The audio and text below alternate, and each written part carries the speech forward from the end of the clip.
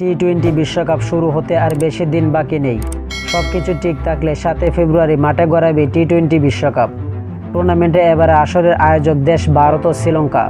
কিন্তু সীমান্ত নিয়ে দুই দেশের সমস্যা থাকায় ভারতে খেলতে যাবে না পাকিস্তান, যে কারণে বিশ্বকাপ পাকিস্তানের খেলাগুলো হবে শ্রীলঙ্কায়। সূচি অনুসারে বাংলাদেশ দল ও ভারতে গিয়ে বিশ্বকাপ খেলার কথা ছিল। সাম্প্রতিক নিরাপত্তার শঙ্কার কথা বলে আইপিএলের রেকর্ড 9 কোটি 20 লাখে বিক্রি হয় কলকাতা নাইট রাইডার্সের তারকা ক্রিকেটার মুস্তাফিজুর রহমানকে আসর থেকে বাদ দিয়ে দেয় ভারতীয় ক্রিকেট কন্ট্রোল বোর্ড বিসিসিআই।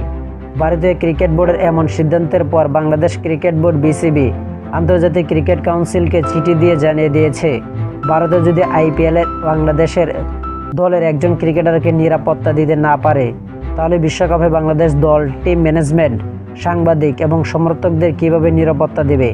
ভারতের নিরাপত্তা নিয়ে শঙ্কা থাকায় বাংলাদেশ দল ভারতে না যাওয়ার কথা সাফ জানিয়ে দেয় আইসিসিকে।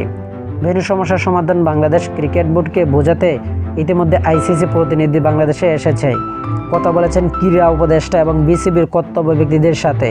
কিন্তু বাংলাদেশ সাফ জানিয়ে দিয়েছে, নিরাপত্তার শঙ্কার কারণে খেলতে যেতে রাজি নয়। ভারতে না যাওয়ার বিষয়ে বাংলাদেশ কারণগুলো বৈধ এবং এক্ষেত্রে কেউ জোর করতে পারবে না। তারা বাংলাদেশের সম্পূর্ণ সমর্থন করে।